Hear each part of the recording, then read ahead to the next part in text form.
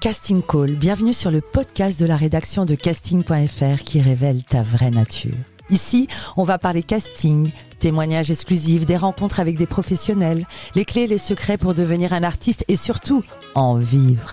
Casting Call, c'est ton nouveau coach audio qui te permet de poser ton premier pas sur ton chemin de l'éveil et de la réussite.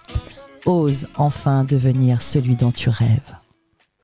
Bonjour et bienvenue sur Casting Call, le podcast de la rédaction de casting.fr. Je suis Soledad Franco et aujourd'hui j'ai le plaisir de recevoir une metteuse en scène, comédienne qui s'apprête à vivre l'une des plus belles expériences théâtrales. Le Festival d'Avignon, fondé en 1947 par Jean Vilar. Chaque année, au mois de juillet, la ville d'Avignon se transforme au rythme des spectacles. Théâtre, musique, pour jeunes publics ou adultes. Le mois de juillet en Avignon, ça vibre, ça se rencontre. On partage les arts de la scène qui se révèle avec splendeur. Pour les spectateurs, c'est l'effervescence. Qu'en est-il en coulisses ? Pourquoi participer au Festival d'Avignon ? En quoi est-ce un enjeu de taille pour les artistes et les équipes créatives ?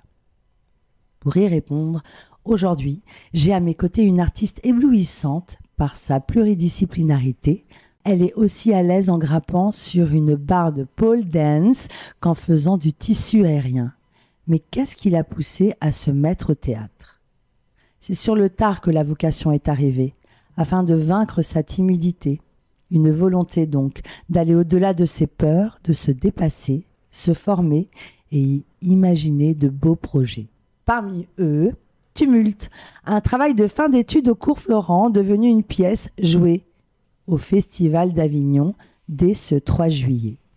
Faites des projets, concrétisez-les, emmenez-les loin. On en parle aujourd'hui avec Lorraine Goupy. Bonjour Lorraine. Bonjour Soledad. Et bienvenue, je suis ravie de te recevoir. Alors nous, on s'est rencontrés par hasard dans un salon de coiffure. C'était plutôt rigolo. Oui. Hein. Je vais vous dire quelque chose, Lorraine est d'une beauté avec sa coupe divine. La devise de ce podcast, c'est « Ose devenir celui dont tu rêves ». Qu'en est-il pour toi en 2024 ? Alors j'ai l'impression que je touche du bout du doigt mon rêve. Là, partir au Festival d'Avignon, c'est vraiment la plus grande expérience de toute ma vie et j'ai la chance de partager ça avec Alan, qui est le co-metteur en scène de Tumulte. Donc vous êtes deux metteurs en scène. C'est ça. Raconte-nous cette pièce de théâtre, de quoi ça parle ? Alors, Tumulte, c'est l'histoire de 8 jeunes comédiens qui vont décider d'arrêter de faire du théâtre en faisant la grève et en occupant un théâtre. En occupant un théâtre ? C'est ça, comme le faisaient les ouvriers en 1936. Vous êtes plusieurs sur scène, enfin les comédiens sont plusieurs. On est 4 comédiennes et 4 comédiens. 8 comédiens sur scène. Mais on va revenir un peu sur toi, sur ton enfance. Tu étais une enfant timide. Quel genre d'enfance tu as eu ? Alors, j'ai eu une enfance très heureuse. J'ai eu la chance d'être élevée par ma mère à Fontainebleau et elle m'a toujours laissé expérimenter. J'étais très très curieuse et donc j'ai voulu très jeune faire de la harpe. Donc j'ai commencé la harpe à 4 ans. Pareil, j'ai fait de la... 4 ans, oui. Mais comment t'as découvert la harpe à 4 ans ? En fait, j'écoutais Radio Classique. Ma mère est une fan de classique. D'accord. Et j'avais entendu de la harpe et j'étais là, maman, qu'est-ce que c'est ? Et voilà, elle m'a inscrite. Et j'ai fait de la danse classique aussi, j'ai fait beaucoup de gym, d'athlétisme, un peu de cirque. Et enfin voilà, elle m'a vraiment laissé expérimenter. Se voit, hein. Je l'ai devant moi, elle a une sacrée posture. On sent beaucoup de vitalité. Est-ce que tes parents venaient du milieu artistique ? Alors pas du tout. Ma famille, c'est plutôt des médecins, des scientifiques. Alors ma mère est une grande littéraire, mais plus par loisir que par métier. T'as même soufflé du verre. Oui. Donc ça, c'est assez original. Mais en fait, chaque été, j'allais à Dinard. Donc c'est une petite ville en Bretagne. Et en fait, c'est en me baladant, c'était dans une petite rue. Je vois une galerie et je vois des petites nanas qui sont en train de s'affairer autour de chalumeaux. Je me dis, mais qu'est-ce que c'est ? Et en fait, elles sont en train de souffler du verre.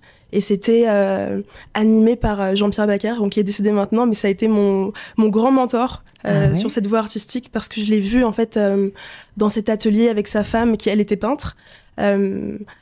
Vivent de leur passion en fait. De leur passion. J'avais 7 ans.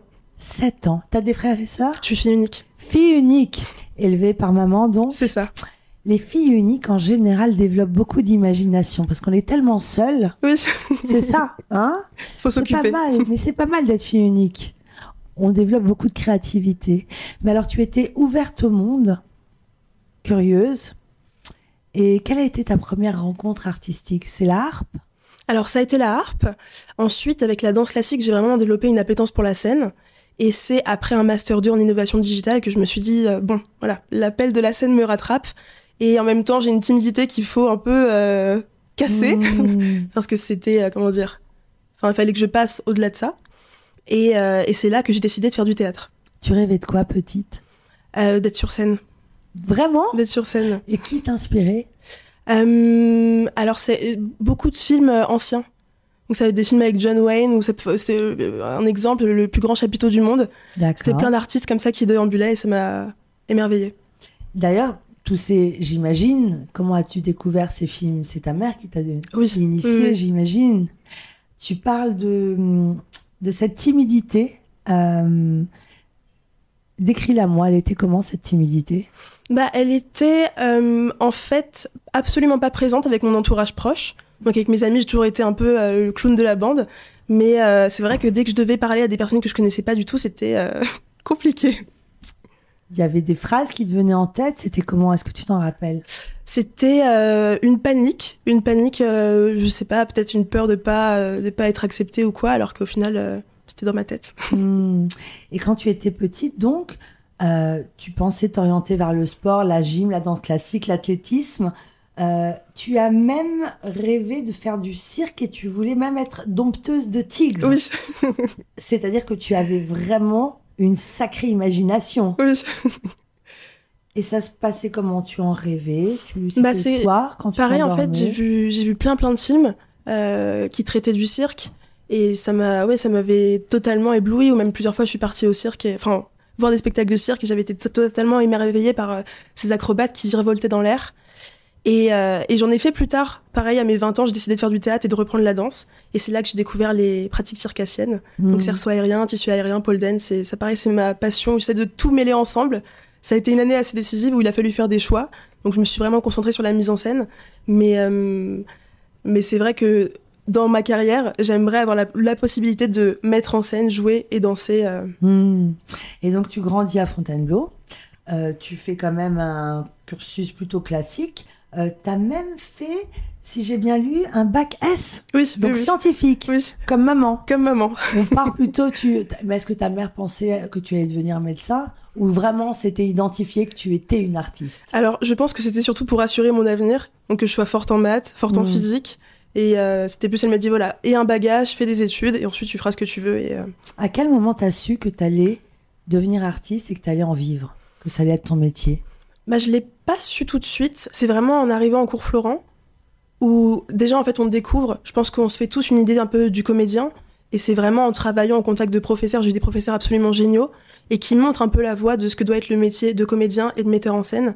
Et c'est à ce moment-là, en fait, que la passion, elle a grandi, et que l'idée du métier s'est affinée. En fait, t'as même commencé les cours Florent pour vaincre ta timidité, c'est ça ? Oui, c'est ça. Alors là, t'as quel âge ? Alors, j'ai commencé à 20 ans. Et plus j'ai pratiqué le théâtre, plus cette timidité est partie. Parce que j'ai eu la chance aussi, en fait, en première année au cours Florent, d'être entourée d'amis formidables et qui font maintenant partie de ma compagnie.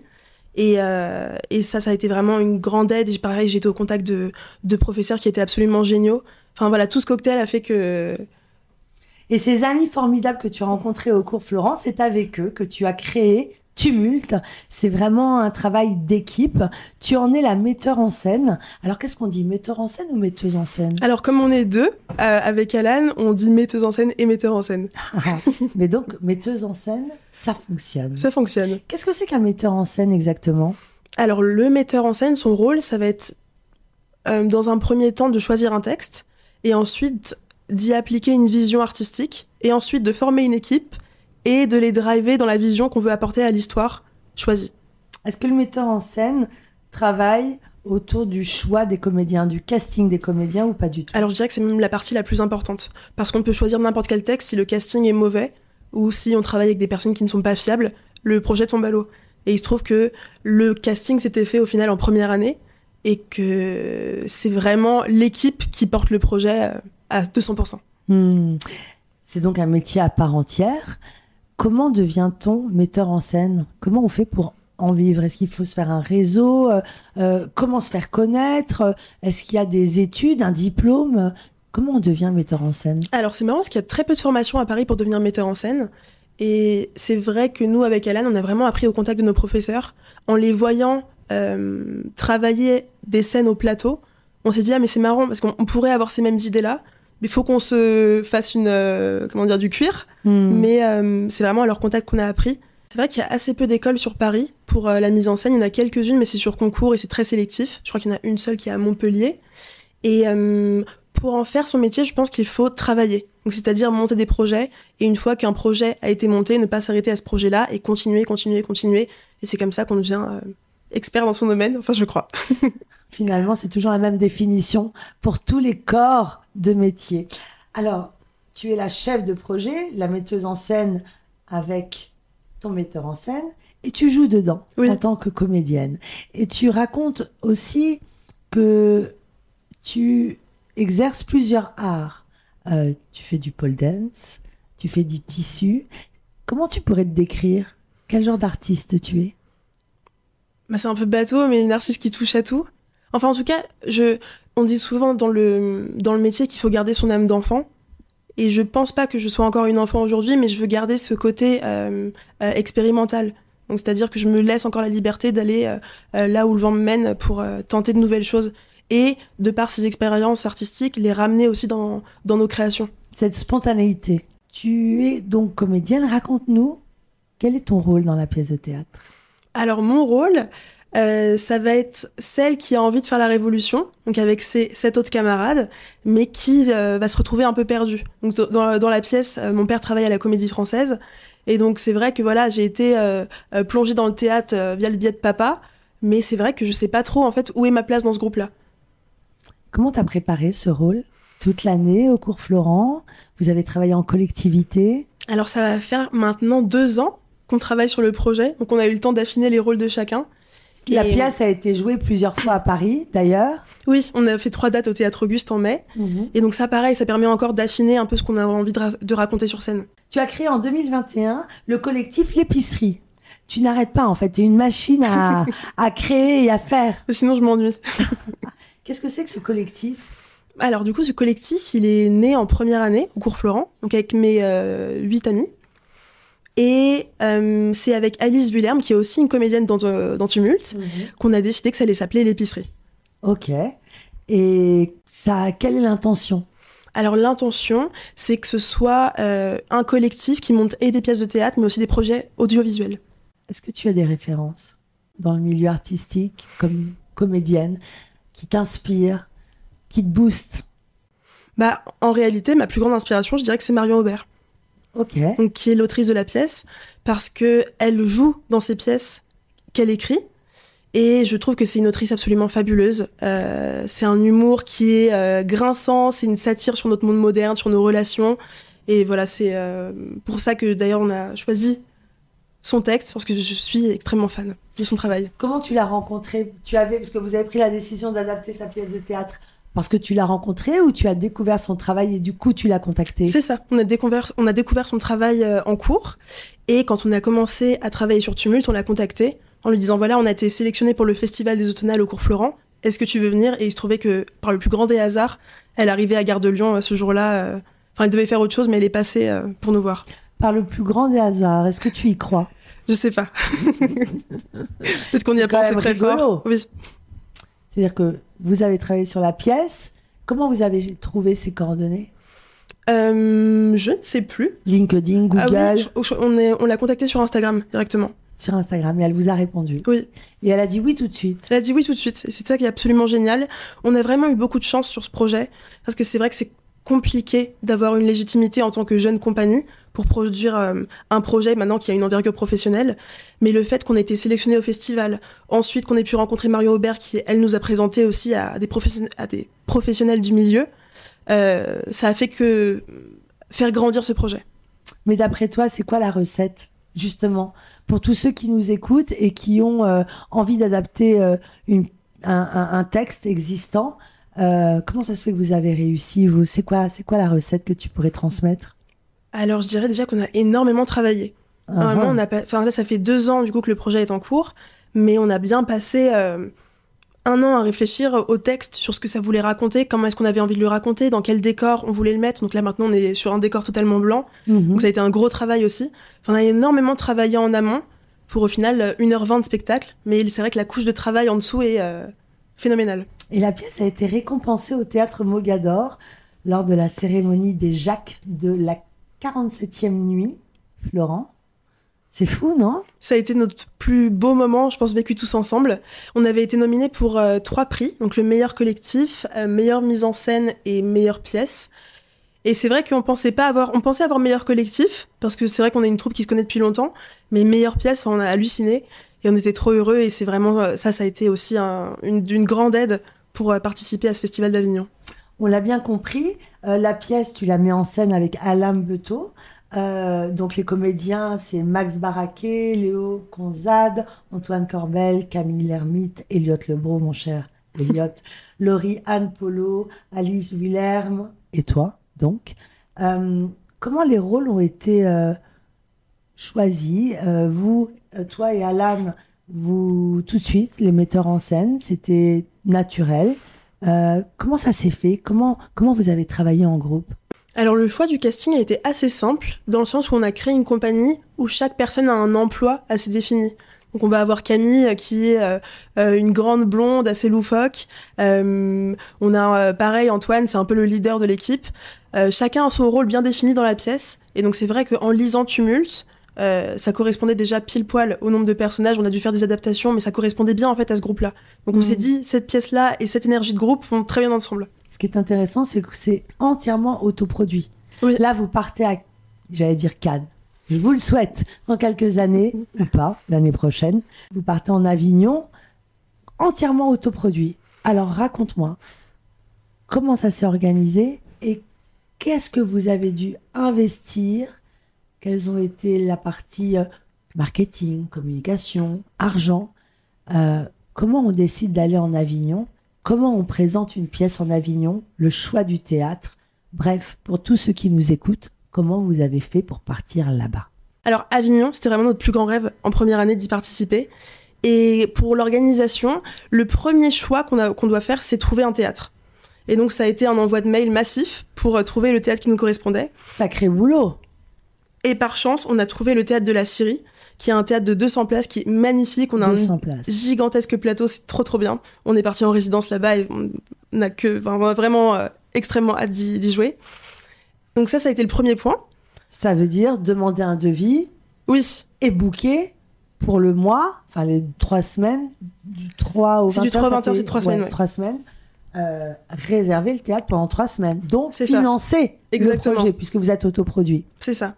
Et en fait, on a eu la chance sur ce projet, parce qu'on savait que ça allait nous coûter beaucoup d'argent, d'avoir été accompagnés par des entreprises, ou par la famille, ou par des amis d'amis. On a eu plein de dons, parce qu'on a ouvert une cagnotte il y a quelques mois.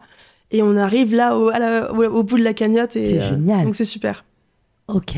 Donc là, cette partie-là, elle est financée. C'est ça. Par justement ce buzz sur Internet, les amis, plein de petits producteurs que vous avez trouvés. C'est ça. C'est formidable. Et alors après, quelle autre étape?